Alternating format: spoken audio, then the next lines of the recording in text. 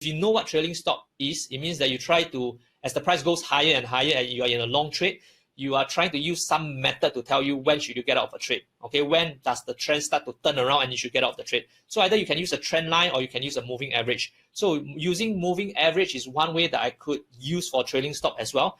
For example, if I notice that based on my longer term swing trading angle, okay, the price tends, for this particular stock, the price tends to bounce above this certain moving average parameter very often. Okay, and whenever the price crosses below this certain moving average of this certain parameter, it always goes down very sharply thereafter. Okay, so this is how I can use moving average to help me trail the stops and help me to monitor.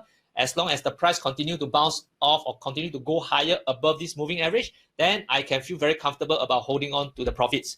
However, if the price starts to break down below this moving average, which I noticed on previous occasions that whenever the price hits below, the price will start to fall very sharply or aggressively or trend down thereafter, then I might want to use this opportunity to get out of the trade when the price actually crosses below this moving average. And again, I want to emphasize, you cannot apply a single moving average parameter for all the charts in your watch list. You got to customize the moving average parameter on a chart by chart basis, because every chart has got different characteristic, different behavior. Some charts or some stocks tends to trend nicely above a certain moving average parameter, for example 100 days moving average.